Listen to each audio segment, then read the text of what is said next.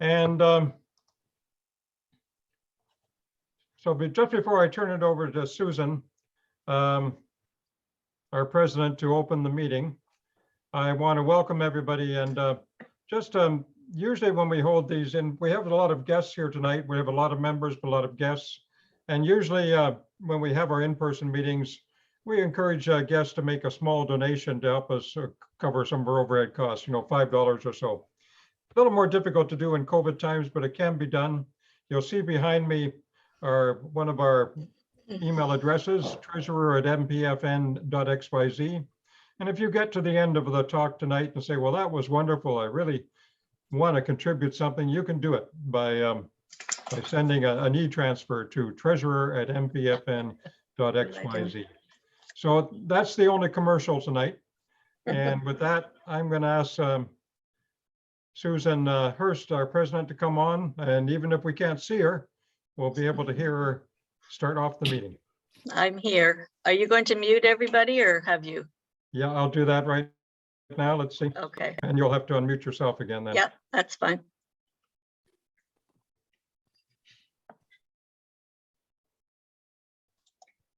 Okay, well, welcome everybody to tonight's talk with the Midland Pennetank Field Naturalist Club. As Ken said, I'm Susan Hurst, the president, and I apologize that you can't see me tonight. It's not deliberate. It was working fine last night on a Zoom chat. So anyway, but our talk tonight sounds like a really interesting one. As always, it's Barbara Zimmerman is going to be speaking to us about the Kayapo project in the Brazilian Amazon. So sounds great. I was just watching a show about the Andes actually on TVO, and there's been marvelous shows on TV this week, which is kind of ironic considering it's Earth Week, but we should be out. But anyway, lots of really good stuff on. So I'm going to start the meeting tonight with a land acknowledgement. Our area on the shores of Georgian Bay has been an important homeland to and gathering place for Indigenous people for thousands of years. We acknowledge that this place on earth has been here since before our creation, and that all living things on earth, in the water, and in the air are our relatives and our equals. With its landscape as a teacher and water for its life, we learn, share, and live on these traditional lands. We acknowledge that we share the responsibility to protect and preserve our first mother, the earth, and ensure that she is here for future generations. This is the traditional and treaty territory of the Anishinaabe people, now known as the Chippewa Tri-Council, comprised of Beausoleil First Nation, Rama First Nation, and the Georgina Island First Nation. This territory is within the pre-Confederation Treaty 5 and Treaty 16 and included within the Williams Treaties of 1923.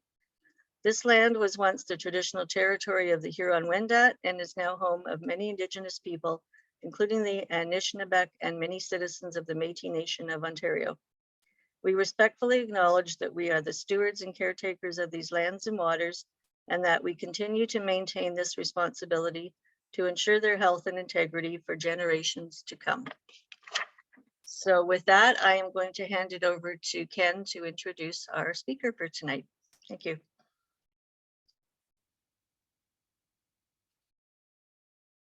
Thanks, Susan. Our speaker tonight is Barbara Zimmerman, and Barbara actually joined our club a month or so ago. She lives over in Collingwood, and she's been joining us on some of these Zoom meetings. But when she joined us, I found out that she is the director of something called the Kayapo project with the International Conservation Fund of Canada. And since 1991, she's been working with the Kayapo Indigenous people of the Brazilian Amazon. Sounded like she had a very interesting story to tell us, which she was willing to do. So welcome, Barbara, and let's see if we can find where you are here. Are you there, Barbara? Here I am. Do you want me to share my screen now? Yeah, I think so. Okay. So, got it, right? Yep, we see that full screen. Looks good. Okay. Well, thanks. It's really nice to be here with you guys, and it's nice to be part of this club, even though I haven't been able to participate in many activities or in any activities of the club yet, because I'm still working full-time in this project, and so I'm still super busy, although I do hope to at least semi-retire in 2 years perhaps. But this has been a really all-consuming mission, I guess, in my life for the last 30 years. I'm a biologist by training. I'm not an anthropologist, and as a young biologist studying biology at the University of Guelph in the early 1970s, I got the opportunity to go to the Brazilian Amazon and participate as, you know, a research slave, I guess, on a biology project in the central Amazon near Manaus, studying manatees. And that's how I got my start in the Brazilian Amazon. And a lot of things happened since then, but I ended up pursuing that career in biology, in tropical ecology, getting a degree at Guelph, and then a PhD at Florida State in tropical ecology. One thing led to another, and there's a real Canadian connection to this project. Believe it or not, I got involved with the Kayapo through a Kayapo that I met of all places in Toronto, and that had to do with David Suzuki back in the 1980s. That's a whole other story. And since then, there's been quite a lot of remarkable Canadian content to this project, even though the majority of the funding over the years has been US foundations. Nevertheless, it's a very much a Canadian founded, led, and supported project. The main funder of this project right now is a Canadian conservation organization, NGO. Anyway, so this is a long-term project. The objective of this work is conservation of a huge area of Amazon forest in a region of very high threat, a very high deforestation region. And the Kayapo, who obviously I'm going to be telling you about, are the custodians. They have the legal right over this land. They have legal land rights over this land. They've been the custodians. They're fighting. I mean, they come at conservation from a different perspective than we do. This is their life, their livelihoods, the basis of their culture. This is their world, their land. So they're fighting really for their own survival. And they have allied with the, okay, that's weird, with the conservation movement. The Amazon forest, for anybody who doesn't realize quite how big it is, if you were to overlay a map of the United States, it would about be the same, it would about fit over. The Amazon forest is about the same size as the United States. And some 60% of it lies within the country of Brazil. So Brazil is a huge player, certainly in the Amazon, in tropical forest, the world's remaining tropical rainforest. Brazil is #1 as a country in terms of how much of the world's remaining rainforest lie within its borders. #2, but almost a distant #2 is Democratic Republic of Congo. And I believe #3 is Indonesia. So I've roughly outlined where the Kayapo are.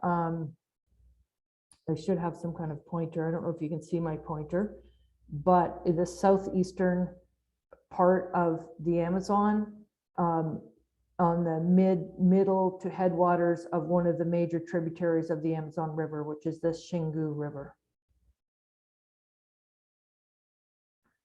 Now, this is why conservationists are so interested in indigenous people in Brazil. And this is kind of interesting and something that you wouldn't think about, but, or wouldn't know, but the Brazilian Constitution of 1988, and it wasn't too far, it was only like 10 years or something before that, that Brazil was actually, it was a military, military dictatorship.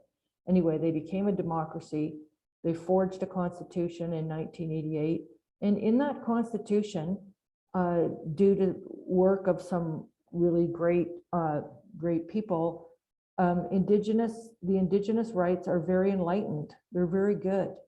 Indigenous peoples have rights, exclusive and permanent rights over their traditional territories.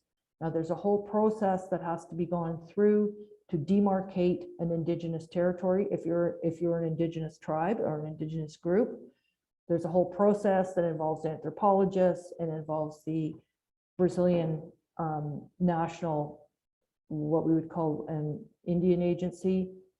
And however, once demarcated, those lands belong exclusively, at least the indigenous owners have exclusive user rights to those lands. Okay, they don't own the actual soil, the actual land is owned by the state, but everything in that territory is theirs to use in perpetuity and exclusively. So nobody else is allowed into these territories. We think of indigenous rights in this country, but in fact, the indigenous peoples in our country have such exclusive rights over something like, I once read this, 300,000 hectares in all of Canada. The indigenous people in Brazil have exclusive rights over 100 million hectares, 20% of the Brazilian Amazon. And by exclusive rights, that means that industry, according to the Constitution and according to the law as it stands right now in Brazil, is not allowed into indigenous territories. They are protected. They're a form of protected area in Brazil legally. Now, okay, the Kayapo. Now, I've, crudely with my lousy Google Earth skills outlined Kayapo territory. You can see it's a giant block of green in what is increasingly a sea of deforestation, which surrounds them. The red is the deforestation up until 2019. That's deforestation. You can see it's like a wave of deforestation moving from the heavily populated south of Brazil north, just sweeping the Amazon, following roads. And these indigenous territories, okay, some of which are very large. Okay, I said the previous slide, 100 million hectares is designated officially as indigenous lands, therefore protected areas. And that is divided up into, I'm not sure, dozens of tribes, but some of the tribes have very large areas. The Kayapo are number one in terms of the land area that it belongs to them. And you can see it, how big it is from this map. It is, in fact, almost 110,000 square kilometers, which is the size of a small country. It is the size, for example, of the country of South Korea, except instead of millions of people in there, there's 10,000 people in there. And you can see the effect of these indigenous territories. There's other ones on this map too, but the Kayapo is the most striking. To the south of the Kayapo, on this sort of tail here on the Xingu River, is another indigenous territory. We don't work there, but there's other NGOs that work there. Same effect. It remains green while everything else outside it is deforested for cattle pasture.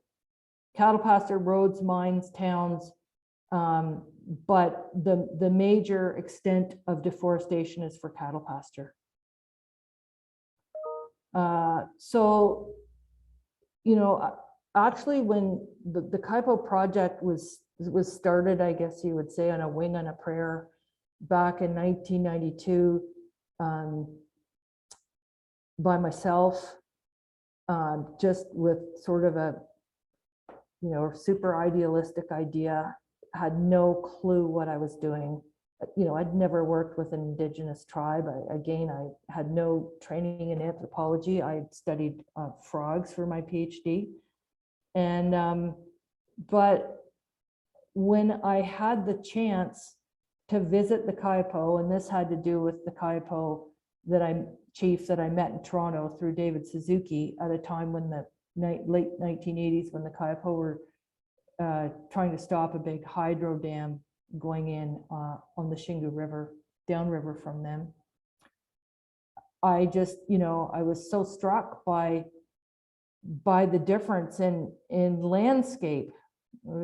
I'll get to that picture in a minute. So, you know, you fly into this village and you leave just this total sea of cattle pasture, and you can just step over it, and it's all tall, beautiful, virgin, intact rainforest with all its biodiversity intact.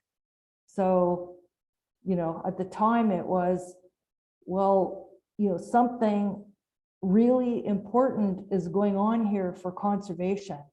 And it behooves us, you know, biologists, conservationists, to find out what it is and to support it. This is, this picture kind of sums it all up, I think, nicely. This is a satellite shot from a few years ago, but nevertheless, it's the same thing today. We can see this huge green block of Kayapo territory in the sea of deforestation.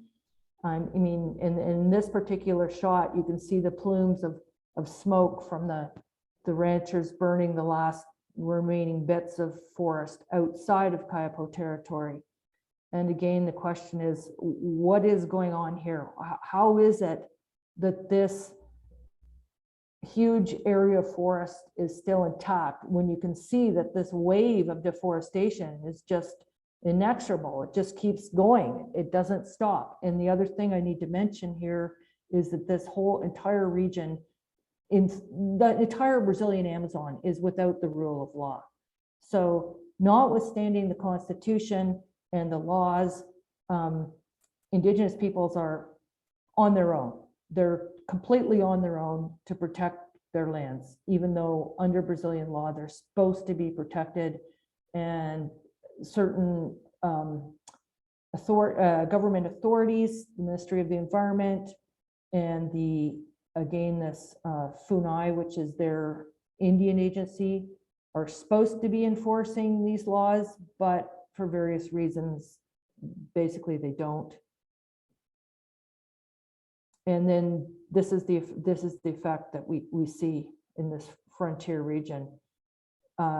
Indian land, forest, trees, intact ecosystem, non-Indigenous land, cattle pasture, for as far as the eye can see. And, you know, so after being there for a few years and learning more and more about the situation and why it was the way it was, and how the Kayapo were managing to continue to defend themselves against this advancing frontier, you look to history, and a lot can be attributed to their traditional warrior culture. They traditionally were a warrior culture. Their culture was based on war.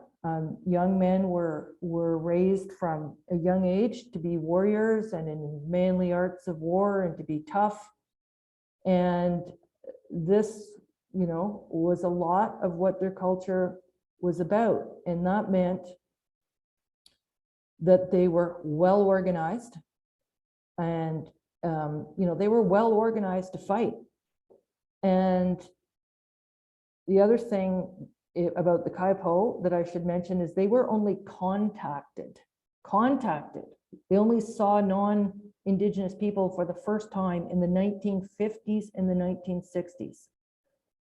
So, you know, people the age of most of us, perhaps in this group, were born at around contact or even a bit before, and our parents' generation grew up before contact in these, you know, super forged in this warrior tradition. And what that meant again was that the Kayapo were organized, and they were fearless, and they were tough, and they fought. And they gained their, you know, the government just didn't happily hand them over almost 11 million hectares of land. They fought for it. They pressured the government. They made themselves basically such a, you know, a pain, if I could put it, that the government at the time in the 1980s and even in the 1990s, that frontier of ranching that you saw in the previous slides hadn't completely enveloped, encircled Kayapo territory. It was just really starting to make inroads. And I mean, this is, you know, if you know anything about the indigenous tribes, the Sioux, the Plains Indians, American West, 1800s, it is honestly the parallels are really striking. The Sioux were a warrior culture. They they fought hard. They were tough, they were mean, blah, blah, blah. And they managed to sort of hold things at bay for a while. And at the time, the government was making treaties with them and saying, okay, guys, you know, stop hassling us, stop killing settlers. You stay over here, that's yours, we'll stay over here. And, you know, that's what a treaty was, right? And of course, when, you know, gold was discovered or people wanted land or timber or whatever, things changed. And inevitably, the Sioux were outgunned and overwhelmed, inevitably, no matter how tough they were as warriors. Well, the Kayapo are in exactly the same situation today, a government that has even articulated that it's too bad they can't do what the American cavalry did in 1860. Their agenda today is to, in quotes, integrate the indigenous peoples and take their land, open their land for development. Same old, there's gold there, there's timber there, there's land that, you know, ranchers want. And then there's these Indians in the way.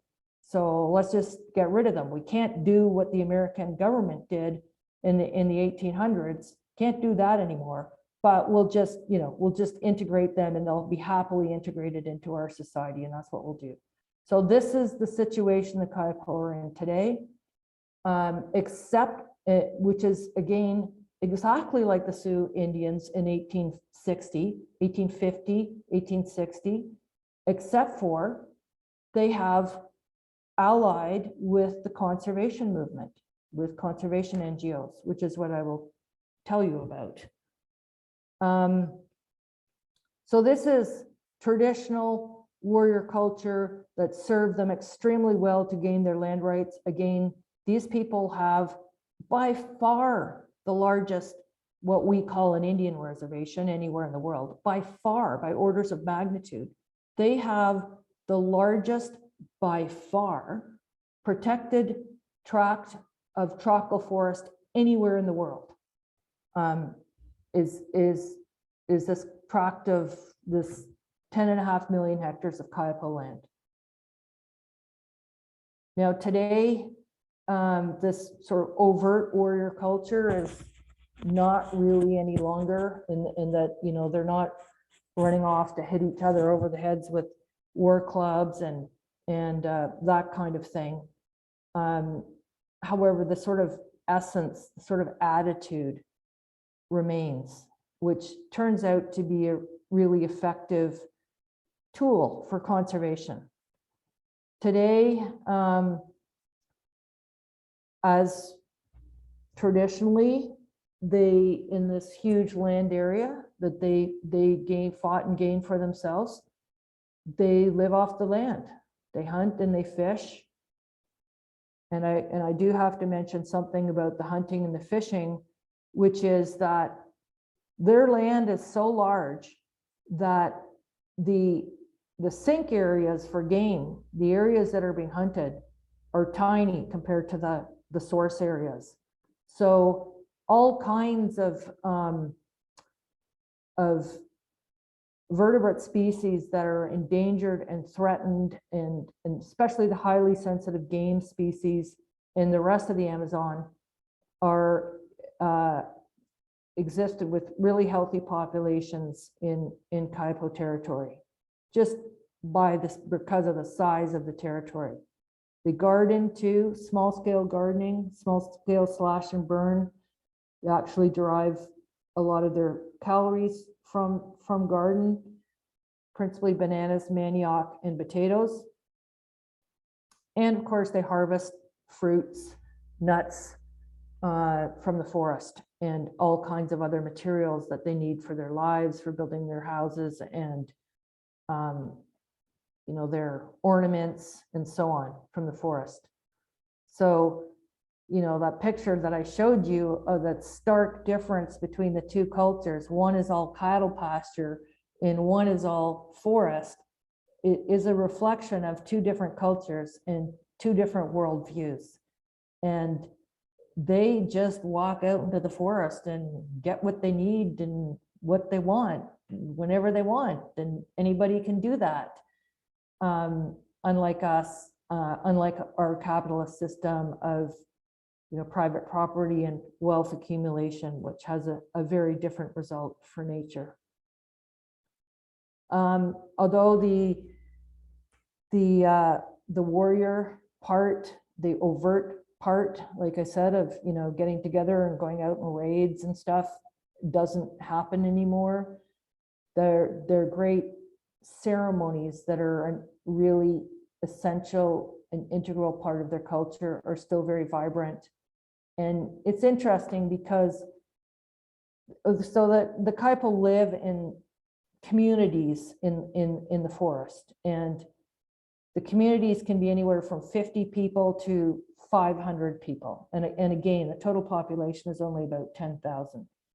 And these ceremonies involve every single person in a community. They involve the men, they involve the women, they involve the children, they involve the old, they involve the young, everybody. There's all different ceremonies, and there's different roles that people play in these ceremonies, but it's really something that we don't have in our culture. We don't do things as communities in the same way. You know, we have our family groups, and you know, about the biggest thing we might do is a wedding. Well, they do these ceremonies that involve everybody, that last for days and for weeks. And the preparation for these ceremonies is quite extensive as well. The men go out on hunts or fishing expeditions beforehand. The women collect all kinds of produce from the gardens, and then they put on the big ceremony, which will go on for days. And they're quite complicated, and there's complicated in terms of what the ornaments are used, who participates.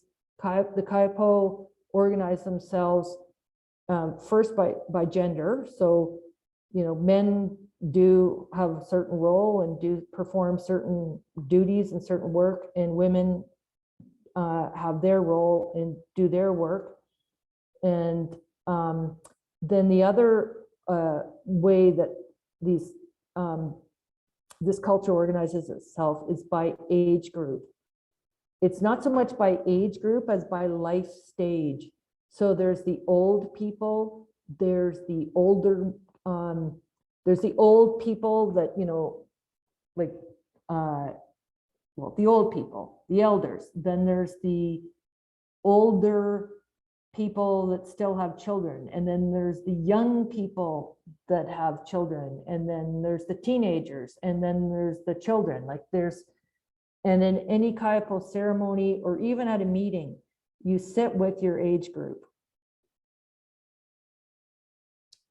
I'm going to talk I'm going to go over the project and how we've been able to help empower the Kayapo to continue to protect this land in this region of really, really high threat, which, as I mentioned, there is no rule of law in this area. It's a violent region where you know, the strong get what they want, often through violence, and governments are very corrupt and so on. So what are the threats that they're facing today?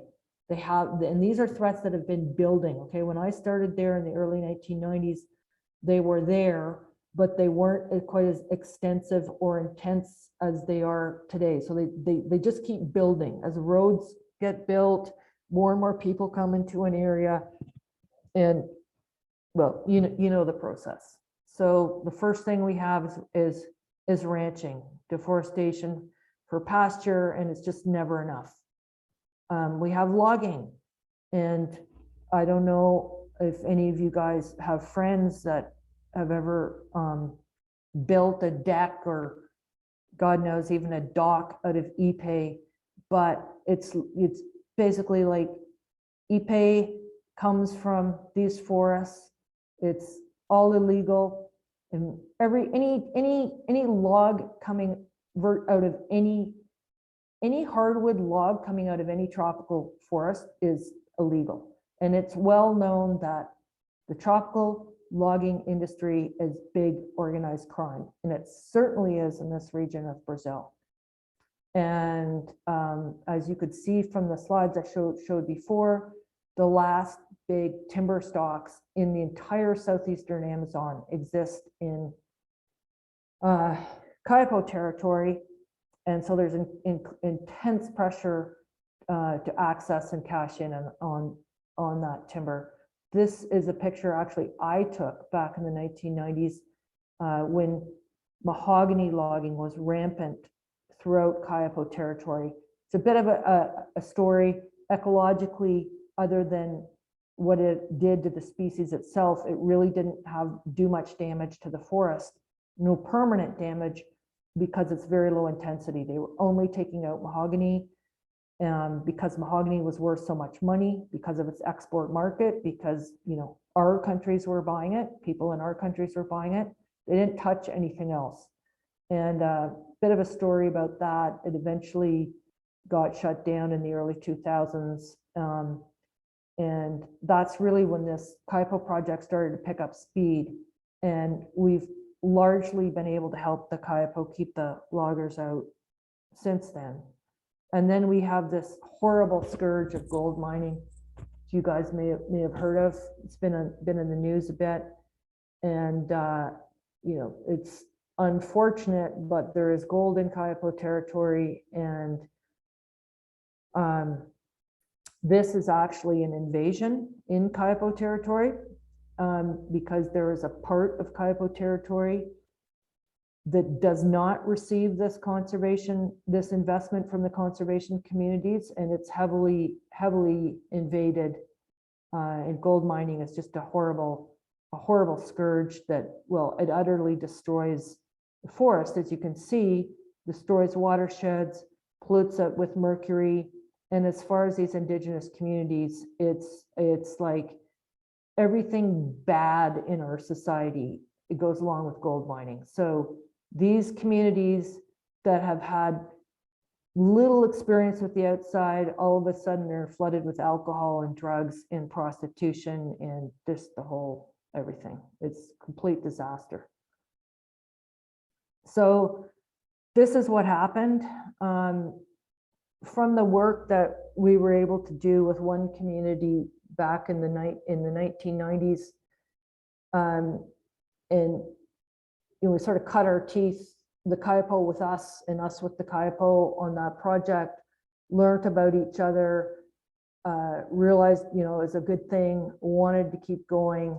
And at the time, this project was a project funded mainly by a large US conservation organization called Conservation International.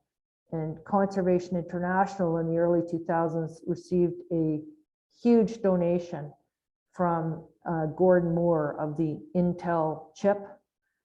And with that, we were able to expand the work.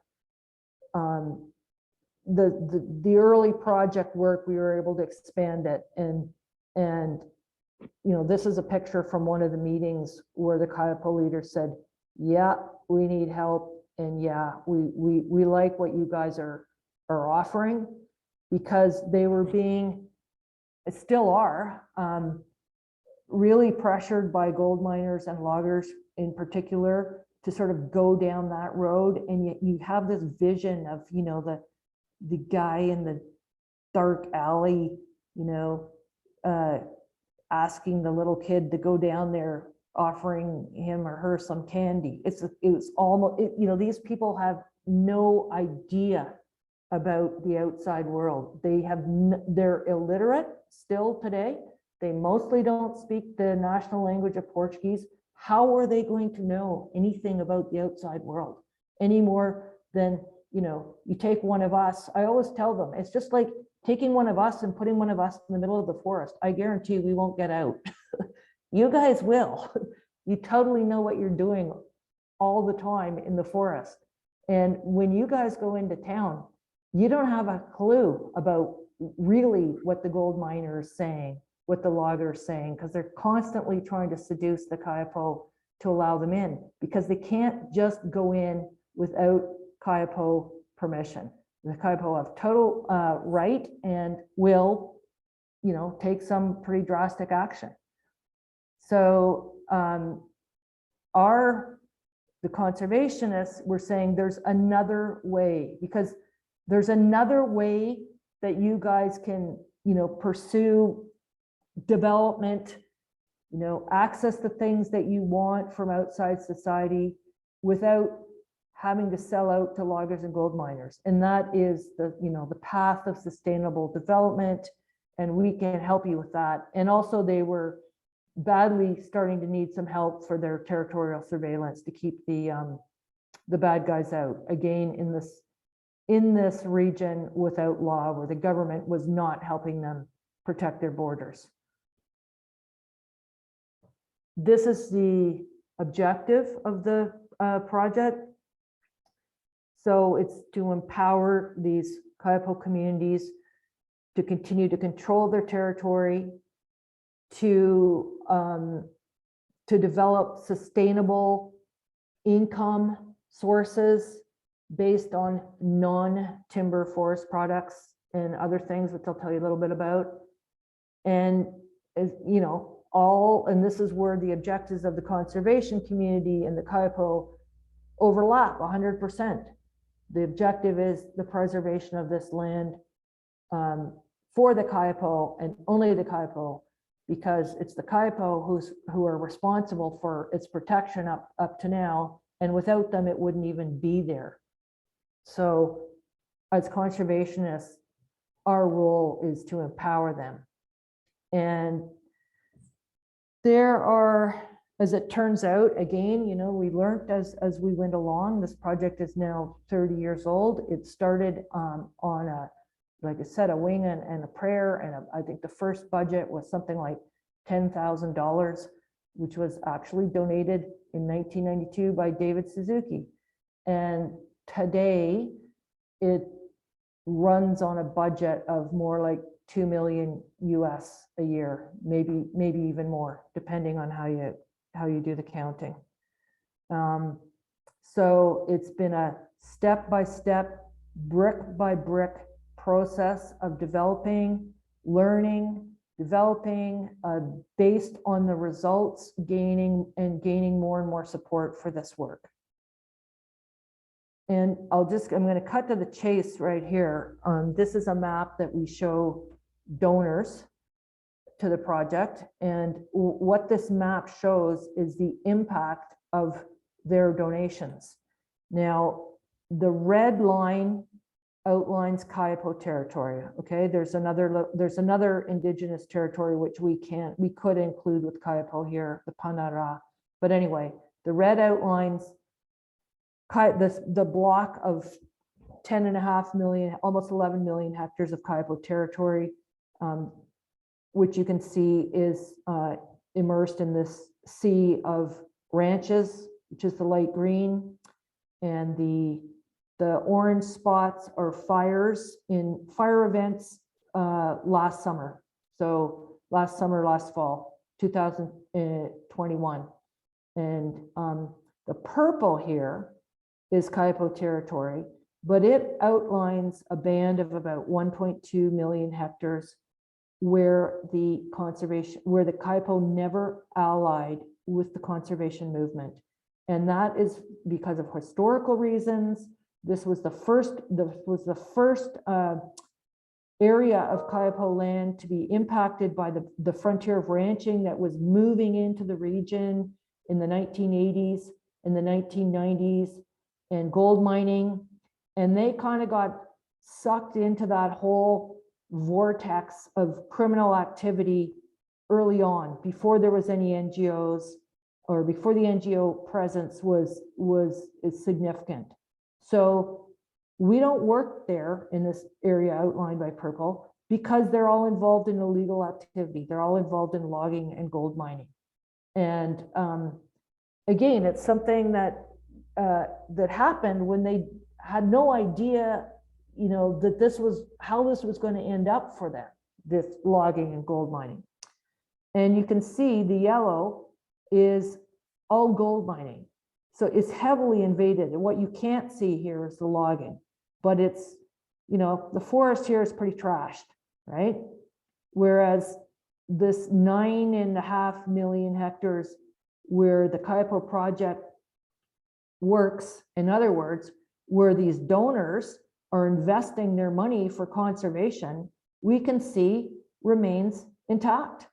We can see that the fires aren't in there. There isn't clearing in there. This is largely almost all intact Amazonian ecosystem. And these fires here are these sort of brownish patches here are actually naturally occurring savanna. This is Brazilian shield, you know, like our Canadian shield. So this is really rocky here.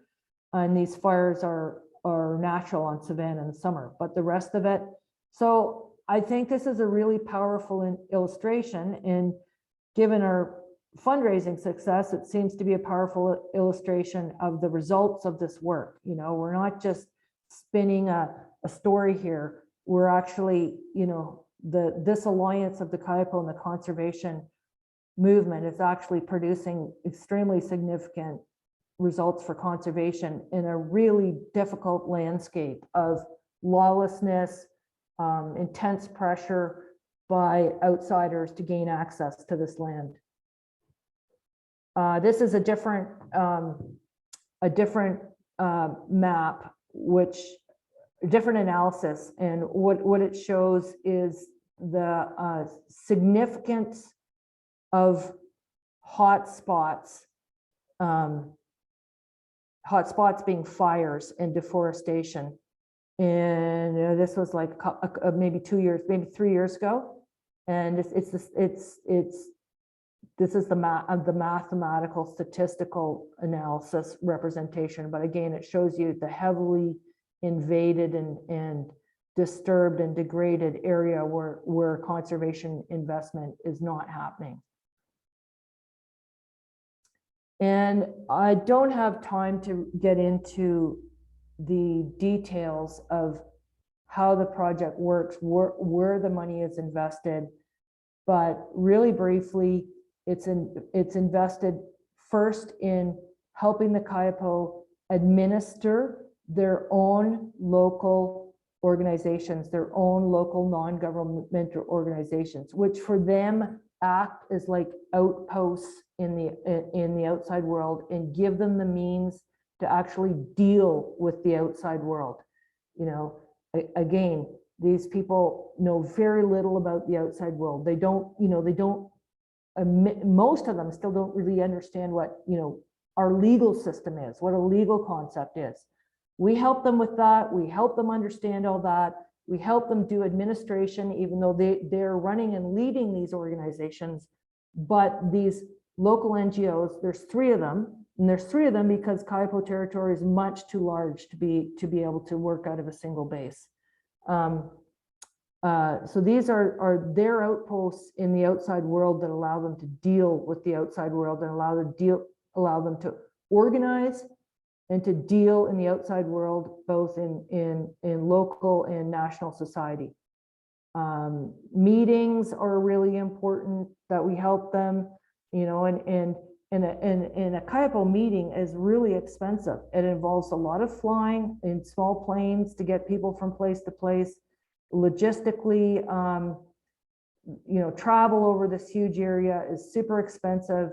And so they don't have much chance to do this other than when we help them do it. And it's really important because then they can get together and strategize and, you know, unify over the directions that, you know, they want to take for their future and for defending their land.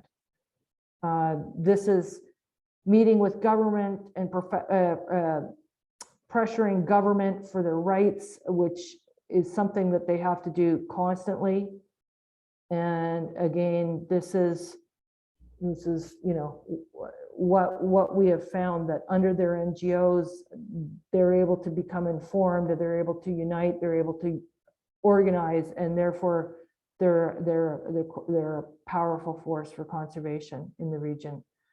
Then the other, another of the 3 main streams of investment is helping the Kayapo develop sources of income for their communities. Very quickly after contact, you know, being human beings, they came to want certain manufactured goods from the outside, you know, the typical, the metal tools and pots and boats and motors and radios and beads. Interestingly, glass beads, just like with our North American indigenous peoples, were became a very quickly were a early trade item and became very quickly a very important and part of Kayapo culture. And clothes, all the things that they now want from outside society, and they only have 2 ways to access those things: either sell out to loggers and gold miners, which is, you know, a Faustian deal in the end, or work in these sustainable venues that we're helping them develop. Brazil nut, and, you know, I could give another talk just on Brazil nut and the ecology, a fascinating ecology of Brazil nut, and how it's the perfect, you know, how this tree is really working for conservation. But save that for another time. Brazil nut is a big one. There's another nut that's harvested from a primary forest tree, and this thing is like a sort of, it looks like it's like a walnut, I guess, and they harvest it and then they crack it open and take the nut out from the inside. And the UK cosmetics company Lush buys these nuts, 100% of them, and makes I don't know what they make out of it, shampoo and soaps and stuff like that.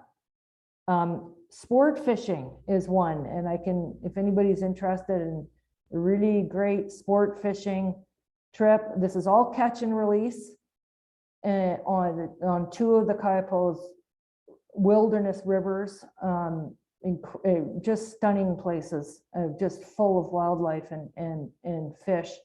And sport fishing with a company called Untamed Angling has been a really important venue for the Kayapo on 2 of their big rivers, important sustainable development venue. And you know, I love talking about this project because it's just been so successful. And the other thing about the sport fishing is that,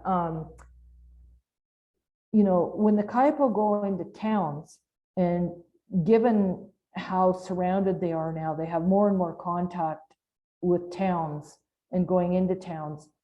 The kind of, you know, the people that the non-indigenous Brazilians that they're exposed to in this region, in these towns, are mostly people that, you know, don't value, that are prejudiced against them, against Indians, and only value them insofar as they can be exploited to get access to timber and to gold. And when you have a form of ecotourism like the sport fishing, it gives the Kayapo a whole other view on the world, and that there's other kinds of people out there who value them, who value their culture, who value their forests, who value the work they're doing for their forests. And that is really empowering too. That's the Xingu River. It's absolutely spectacular. We also have an international field course there in one of the villages, which is a form of ecotourism.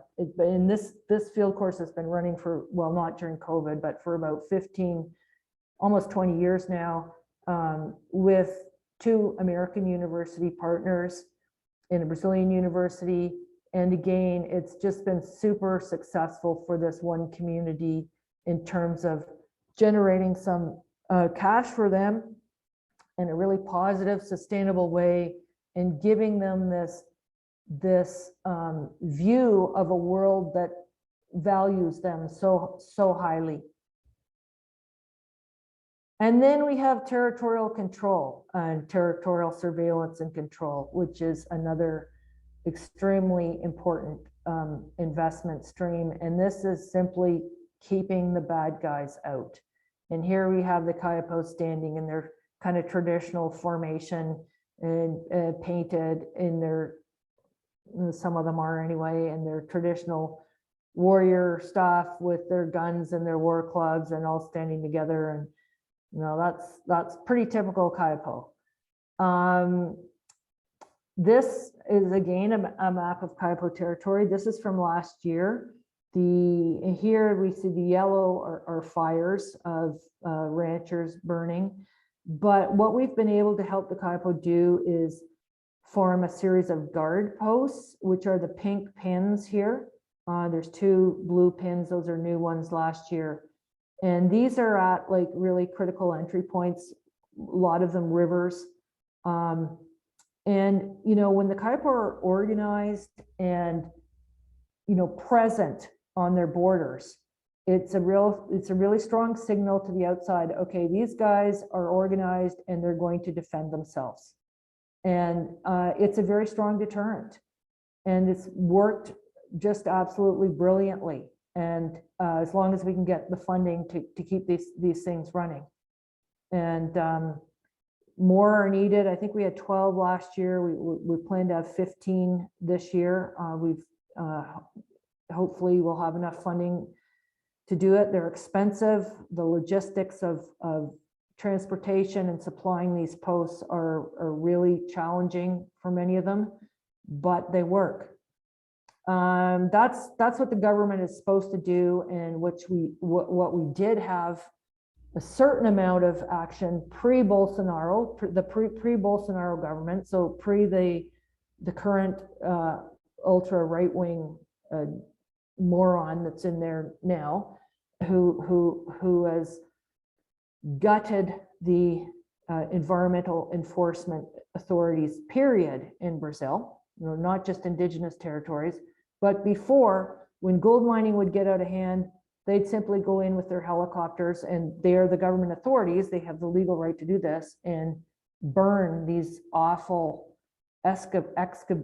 excavators, which the gold miners have been using for the last few years, which has made gold mining much worse than it used to be when they used to just use hydraulic hoses.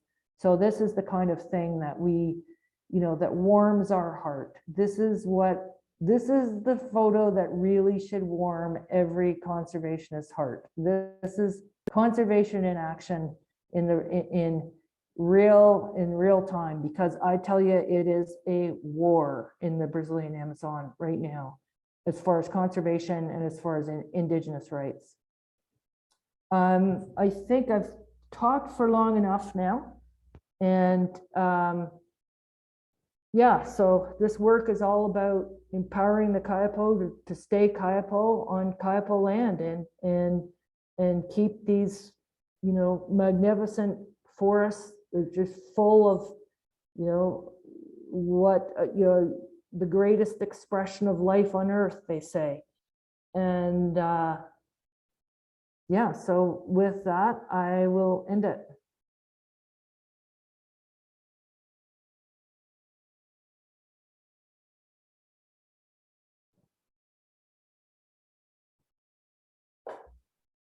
Thank you very much, Barbara. Let me just press a few buttons here. Let me see.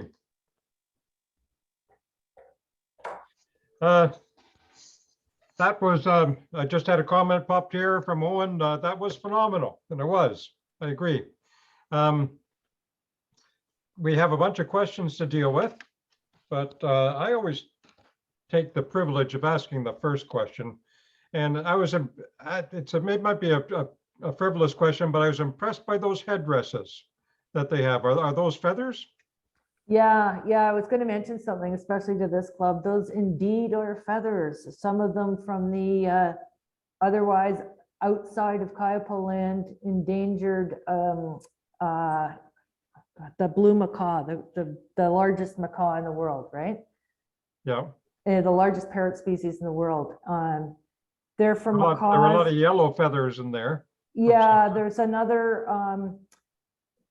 and I think it's a kind of an oriole actually that they get the yellow feathers from. Mhm. But you know, they're getting late, you know, and that's, you know, one thing is, you know, conservationist, and I'm a real animal lover. I just sort of close my eyes to that stuff and just figure, well, you know, it's a small price that these birds are paying for the rest of that habitat to be saved. But it's funny because since they've, you know, there's a lot of, it's interesting to watch the changes that they are integrating into their society. Because as I was saying before this talk to you guys, this is an indigenous tribe that has not yet been conquered.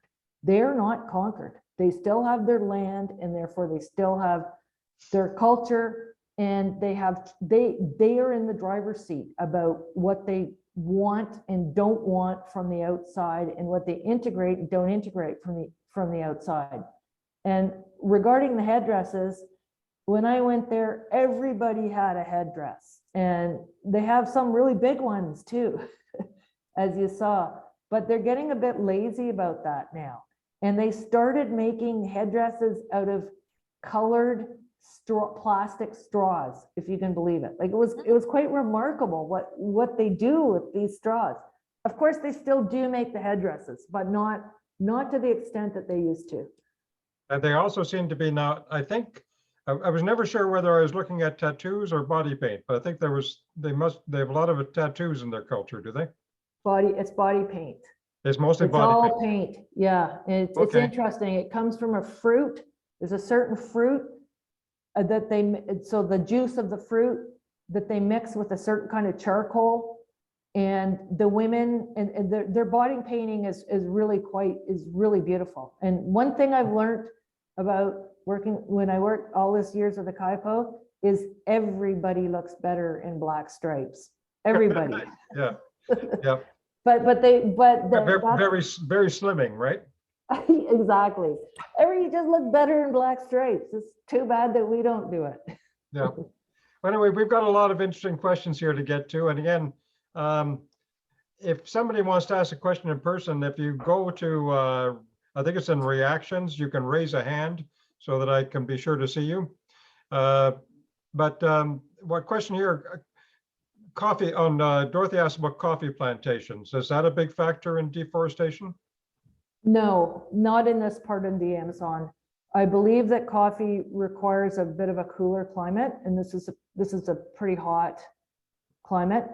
And no, it's overwhelmingly cattle ranching. And you know, people say to me, you know, being the environmentalist and stuff, well, you know, what can a person do? And I say the single thing that an individual can do, that single thing is not eat meat, because the cattle industry and all the land that's needed to grow the feed for the cattle, it's consuming these forests. And Dorothy also asked, how did they fare during COVID? Were there vaccinations available to the Kayapo? Yeah, good question. Well, when COVID first started, we did not know, and we were, putting a lot of effort into trying to sort of prepare and convince them not to come into town, stay in their villages, give them information and all that. Well, they just sailed through COVID. They hadn't, and like virtually nobody died. And their explanation is, which I believe, because there isn't another explanation, they certainly had COVID, was certainly rampant in the region, is that they were taking their traditional medicine from the forest. And we have no other explanation. And what turned out to be the impact from COVID was, although they were doing fine, the project teams, okay, so we have Brazilian teams that implement this project on the ground. We couldn't get it, we couldn't work, right? Like everybody else, we couldn't work, we couldn't go to the field. And that gave space to the loggers and the gold miners of the region to fill the Kayapo's heads full of lies and visions of sugar plums and fairies if they would just let them in to do some gold mining or some logging. And so there was a little bit of, because they're getting so much pressure by the outside all the time and so much information, it's hard for them. So when we weren't there to say, to give them the other story, right? There was some grounds made, nothing too serious, but we've been kind of scrambling to kind of reestablish the narrative. That was the impact of COVID. And I think you covered some of this, but maybe you can just reinforce some what you said. What can your organization do to stop the ranchers from encroaching on their lands? I mean, you said there were guard posts. Mm-hmm. Does it come to physical confrontations, or it's just the fact that they're there enough? Or right. So in the old days, even when I started there, the physical was, it was certainly, present and happened on occasion. I mean, there was the odd logger and the odd errant logger and so on that got killed going into Kayapo territory. But that really hasn't happened for a couple of decades.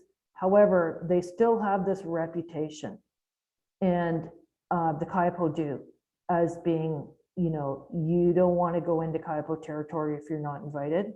So the guard posts and other territorial surveillance activities, expeditions, for some places that don't have guard posts, we help them, do expeditions and stuff, have been effective in that just the presence on the border, just the signal to the outside society, we're here, it's ours, and we're going to defend it. And so fortunately, there hasn't been any violence, but it's always a threat, and it's a threat to us, to the NGO workers, we have to be extremely careful. We have to be extremely careful what we say. We have to be extremely careful on social media and everything, because you get yourself killed. And they don't seem to. They don't seem to go after the Kayapo though, because they know that there'd be vengeance. There'd be some vigilante justice, but they would go after us. And this kind of leads a little bit to the next question from Dorothy, but says, when were you last there? And it must be quite dangerous for you. I was last there, believe it or not, earlier this month. I got back like 2 weeks ago, and it's gotten to the point now where, for me, I just can't spend much time in the towns. And when I am in the towns, I can't leave my hotel at all, other than in a truck with, dark windows. It's handleable. It's it's manageable, but you can't be walking around on the street. Now, Wow. and somebody asked what language you use to communicate with them. And I'm just curious too, like, it's such a different culture and you're coming from Canada. How are you able to relate to them? What do you have, can you say that you are friends in the Kayapo, or what is your personal relationship with them like? Yeah, so I mean, when I first got there, knowing nothing, and you know, it's obviously a very alien culture and everything, although I was like so impressed by it. And you know, as a kid growing up, I'd always wanted to be an Indian anyway, because you got, in my mind, you got to run around in the forest all day long, right? Mhm. So this was, you know, but when I first landed there in my early 30s, knowing nothing, I thought, well, I'm just gonna act the way, you know, I was brought up to act, you know, be polite and just, you know, the way we were brought up. And that, you know, that was fine. And as time went on, and I obviously I over so many years and being there a lot, I mean, a lot. I used to spend up to half of a year there. It's just a relationship like any other relationship that develops, and it's one, of course, that's really important, that you can't buy and you have to earn it, which is the, you know, the relationship of trust, right? And yeah, I mean, I have this whole entire other life, which is in Brazil with the Kayapo, which I'm extremely blessed to have. Do they get curious about your life here? Do they ask questions about it, or is that sort of beyond them? Yeah, they do. They are curious about it. Yep. Yeah. Somebody mentioned they noticed that they are wearing Western world clothing. I noticed that they all seem to have adopted the flip-flop. Yeah, I yeah. assume that's a modern invention, which works well for them. And But, you can't believe what they can do in flip-flops either. Running through the forest, hunting in those things. They're amazing. we always tell people on our outings not to come in flip-flops, but it seems to work for them, eh? Yeah, no, but as for the clothes, so when they were first contacted, as I said, in the 1950s and the 1960s, and around the late 60s, early 70s, the first Westerners there was a couple of government people, but the first Westerners to go in there were missionaries. And they quickly, you know, that's how the clothes thing I mean, I'm sure missionaries are not, they'd probably be, given their contact with the towns and stuff, they'd probably be wearing clothes today, but that's how it started. You'll notice, maybe you noticed or not, that the women wear a certain style of dress that comes from, you know, what the missionaries taught them to wear. And it's funny because the women are super traditional, more traditional than the men. The men will wear different things, and the men will try to learn some Portuguese and other stuff, but the women seem to be more traditional in terms of that kind of thing. Question of language. What language do you use to communicate with them? I use really poor Kayapo. Like I wouldn't say I'm fluent in Kayapo. I mean, I can get by in it, but I should be, but I'm not. And I am completely fluent in Portuguese.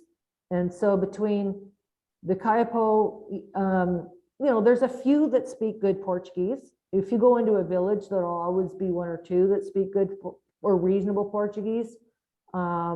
But between, you know, their broken Portuguese and my broken Kayapo, we can get by.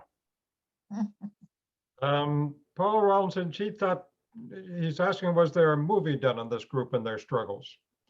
There has been, well, not recently. Like, I'm not sure what you mean by a movie. There was a movie done by an anthropologist, a Kayapo anthropologist, a really good guy, actually, from the University of Chicago. He's not with us any longer, but he did a movie back in the 1980s, late 1980s. That's back when they were fighting against this dam. It's a really good movie, actually, but I'm not really aware of anything else. And let me just pull up a couple of other questions here. Well, there's a lot of questions. Kate Harris mentioned she supported Survival International for many years. In their updates, they have provided information about the Kayapo and mentioned the late Terry Turner as someone who supported the tribe's battle against government policies. And she thanks you for your work and your presentation. Do you have anything to say about Terry Turner or Kate's comment? Well, yeah, I was just mentioning that movie. It was Terry Turner who made that movie. I knew Terry. I was a huge admirer of his. He studied the Kayapo back, in the 1960s, so it was pretty much the real thing. And I always thought he was incredibly insightful and perceptive, and I enjoyed him as a person too. So. We had Dr. Nancy Ironside on the call tonight, and she wants to know about their health care and do they have clean water? They have, of course, the first thing that happens after contact, it's a bit of they used to be semi-nomadic, so they would spend part of the time in communities, and then during certain months they would travel a lot. And anyway, after contact, there was a process. They became sedentary because there was Indian posts made, which had some kind of health care and, maybe a radio or something. And so anyway, they became sedentary, at which point water, good water became a problem. And most of the communities have a well. The government has provided artesian wells for most communities. Their health care is not good, but nobody's health care in this region is very good. They, of course, started suffering from, introduced diseases. In fact, in the 1960s and even into the 1970s, they underwent the epidemics that, decimated their population, measles and chickenpox, I think, principally. And then they started getting vaccinated, so they don't have that anymore. They, they have the problems with diarrhea. They have some TB. They have pneumonia, and yeah, they still have their traditional medicines, and they still view their health as their diseases or else the white man's diseases. And for their diseases, they seek their own treatments with their own shamans. And for our diseases, there is a basic health post with like really basic medicines in each village. And for people that are sicker, they get taken into town. But the care in town isn't very good.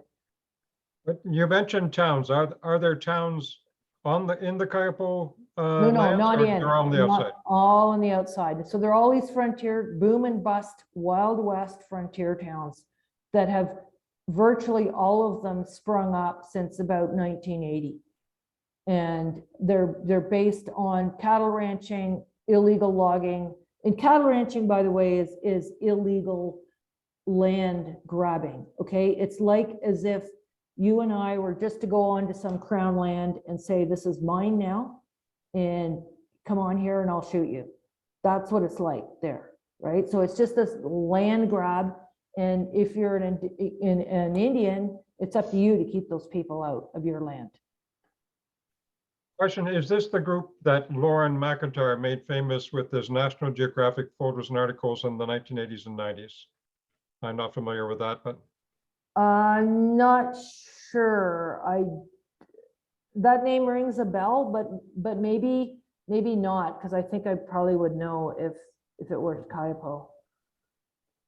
A question about how long are the cattle pastures viable for, like, or how sustainable is the cattle ranching, I guess? I assume that those pastures not remain fertile for long. Like I how- think that they use fertilizers, you know, they burn them every year. They use fertilizers. They seem to keep going. They seem to keep them going. It's not Yep. like there's a lot of abandoned, too much abandoned pasture. And a question about education. Education doesn't always serve Indigenous people well. But some Kathy MS are there Kayapo who are getting educated on and in the outside world for empowerment. I was also curious myself whether there is any representation in the Brazilian government of the Kayapo people to. Yeah, I was just wondering because Indigenous people here, I mean, have become educated, and now there's Indigenous lawyers, and you know, to fight the system of like colonization is still happening. So, and education has been a big part of that, to know how to fight the system and the outside world sort of thing. Yeah, for sure. And the Kayapo are quite cognizant of that. And the young people do, you know, they're thirsty for it, right? But they have no way to access education. They do have, the state does provide primary schools in the villages, but you know, they're not very good. I mean, I think you could possibly get sort of the equivalent of a, you know, a grade 4 education. And then that's it. There's nothing else. You have no way to support yourself in town, to go to the schools there. So although that desire, exactly how you spoke about it, exists, and you know, I've seen Kayapo sort of get pulled into the whole logging, gold mining thing out of a desire to be able to educate their children in towns. But the education they get in towns is pretty bad too. So until now, no, they're, you know, and I don't know a single Kayapo who's functionally literate, you know, who you could sort of give a paper to and say, you know, go home, read this, and, you know, understand what's in it. I have a couple questions here that might be able to roll into one. Could you tell us about meals you have shared with the Kayapo? Have you become friends with many of the families? Could you share with us what a typical day of work would look like for you there? Oh dear. Well, yeah. I mean, I spent a lot of time eating and in the forest and so on with the Kayapo. You know, when I get invited, you know how you get invited to dinner parties up here, and people will say, "Is there anything you don't want?" And I always say, "I don't eat monkey." Don't eat turtle either. But yeah, I mean. But you do you eat frogs? No, fortunately, they don't eat frogs though either. Oh, okay, good. No, they're more into the wild pigs and tapir, which is an armadillo. They've got so much game that they can be totally picky about what they eat. And anyway, yeah, I mean, I've had the privilege of spending a lot of time with, you know, with them. I have my own Kayapo family, because the first thing, you know, they'll do when you're spending time in a village is sort of adopt you. Somebody will come and say, okay, you're my daughter now, whatever. So I have my Kayapo family. A typical day, there isn't, I mean, that's the beauty of this job. There's never been a typical day. It's different every single day. But back in the day, the early days of this project, I mean, I spent a lot of time just in the forest with the Kayapo, seeing the most incredible, you know, things that you see in the rainforest. And that's what I love the most. And I still get to do a bit of that because we have this sport fishing project on the Xingu River, and we're helping the Kayapo operate camera traps. which is really fun, and they love it. And, you know, hopefully they will be able to use that as to expand from just the sport fishing to more ecotourism. So, you know, just going in the forest with Kayapo is just an amazing experience, because you just want to be in their heads for a little while, see what they see and hear what they see, hear what they hear, and be able to navigate the forest like they do, because you know, they're just so expert at it. And it's been a real privilege. I've really loved it. I mean, now my work is more administrative, as inevitably happens when you work for a non-governmental organization. You're heavily involved in fundraising, but that's fine. I don't mind. Like, anyway. Bob Codd has his hand raised. Bob, you want to unmute and turn your camera I am on? unmuted. I'm way ahead of you. Very good. Thanks for your talk, Barbara. I think it's been very enlightening. I've learned many wonderful and many depressing things all at the same time.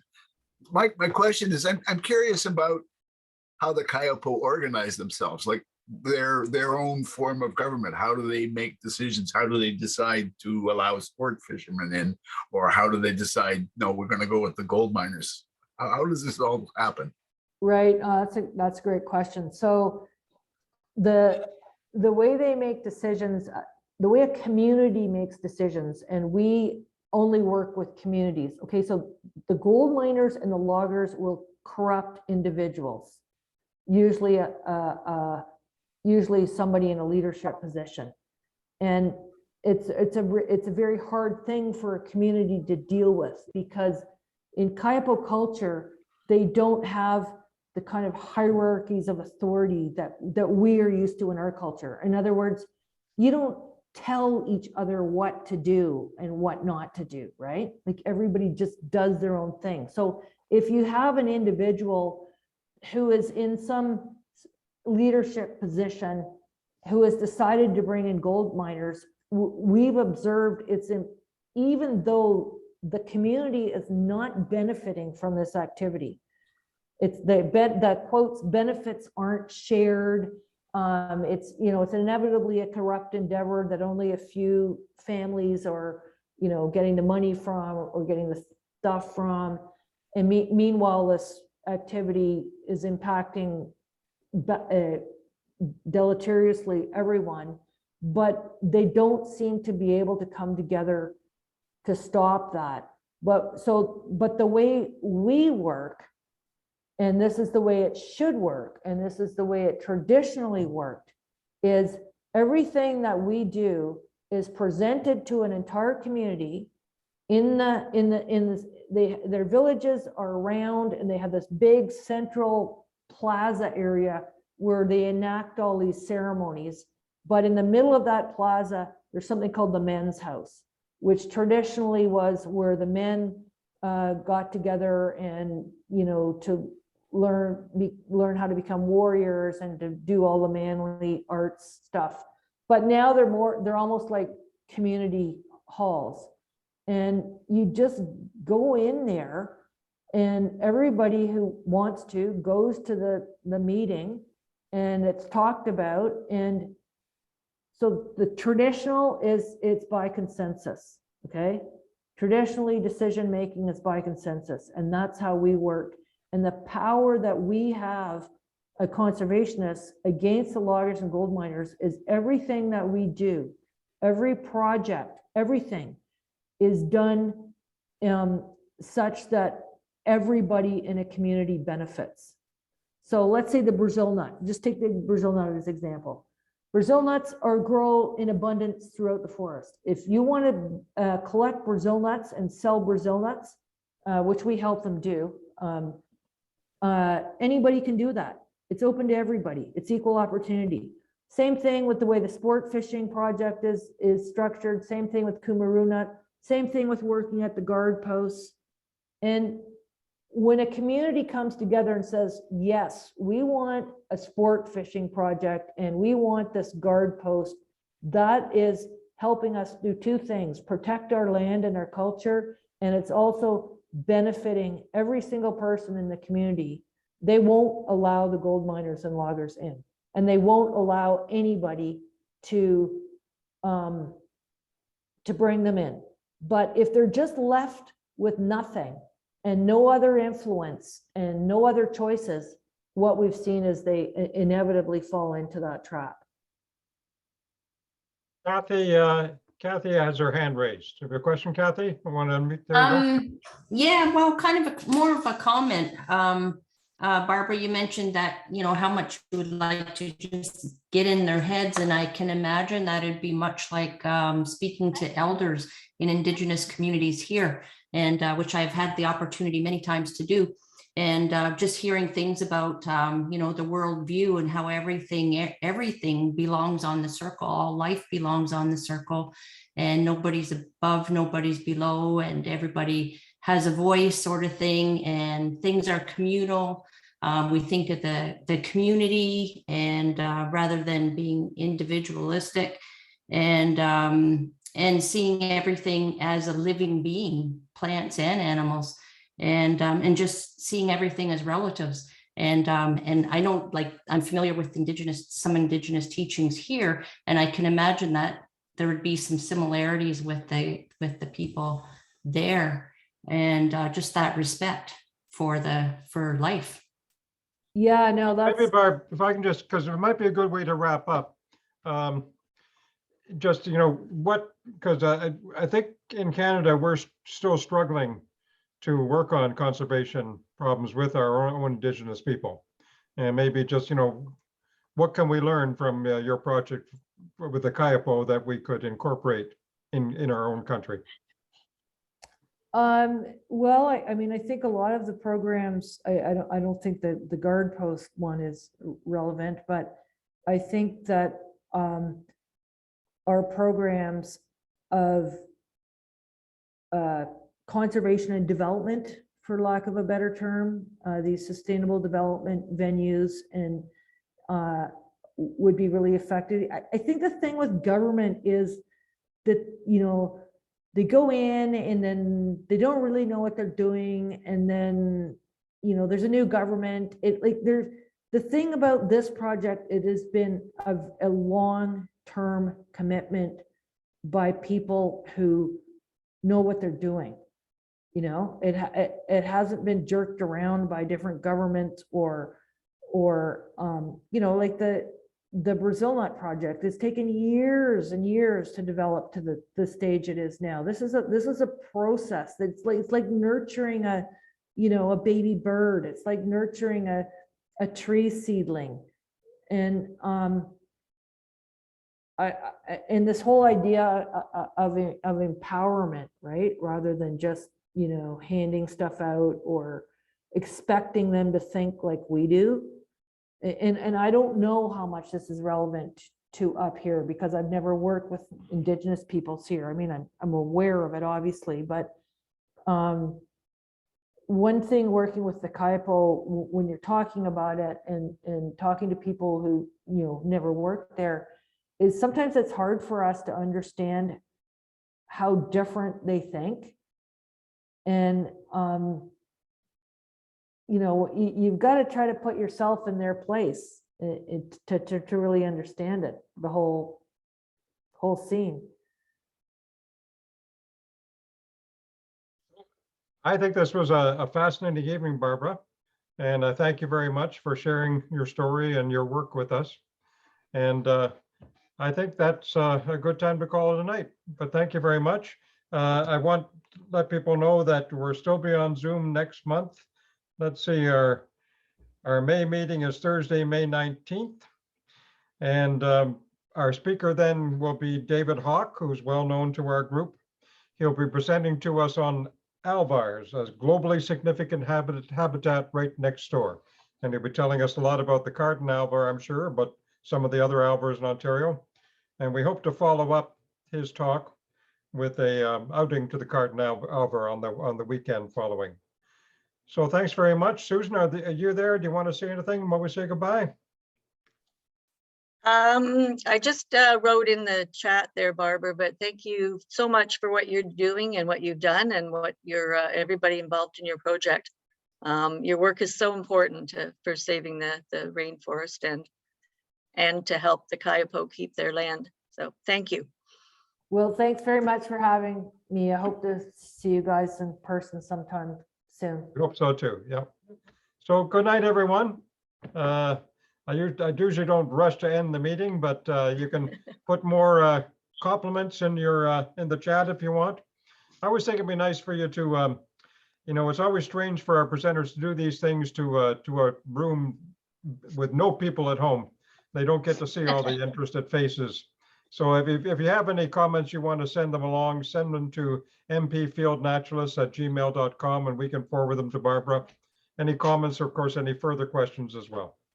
So thanks very much, everybody.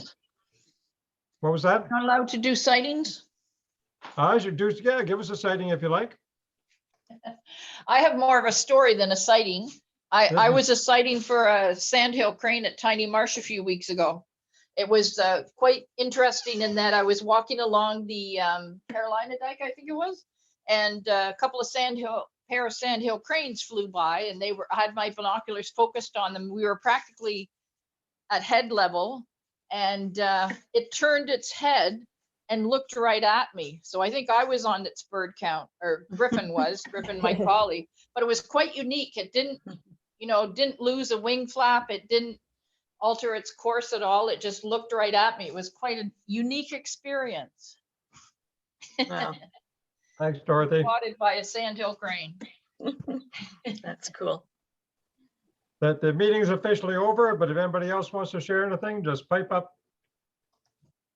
Good night. Good night, everyone.